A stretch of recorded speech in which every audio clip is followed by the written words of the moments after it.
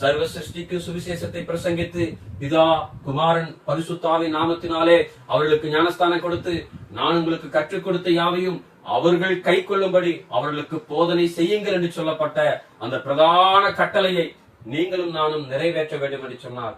தேவ சமூகத்துல காத்திருந்து உபவாசித்து ஜெப பலத்தோடு கூட தேவ பலத்தோடு கூட காரியங்களை செய்யும் பொழுது கர்த்தர் பலத்த காரியங்களை மகிமையான காரியங்களை தேவன் செய்வார். ஆகவே இப்படிப்பட்ட நாட்களை விசேஷித்த நாட்களாக கர்த்தருக்கென்று நாம் மாற்றிக்கொள்ளும் பொழுது நிச்சயமாக நம்முடைய வாழ்க்கை ஒரு ஆசீர்வாதம் உள்ள வாழ்க்கையாக மாறும். நம்முடைய குடும்பங்களில் ஒரு மாற்றம், நம்முடைய திருச்சபையில ஒரு மாற்றம், நம் வேலை செய்கிற இடங்களில் ஒரு மாற்றம், நம்ம இருக்கிற தேசத்துல ஒரு மாற்றத்தை கர்த்தர் கொண்டு வருவார். சில பேர் கேட்கலாம், இந்த நாள்ல மட்டும்தான் விசேஷமா நம்ம உபவாசம் இருக்கணுமா? மற்ற நாள்ல கூட இருக்கலாமே. தாராளமாக தாராளமாக உங்களுக்கு எந்த நாட்களில உபவாசம் இருந்து ஜெபிக்க வேண்டும் என்று நீங்கள் நினைக்கிறீர்களோ அந்த நாட்களில உபவாசம் இருந்து ஜெபம் பண்ணுங்க.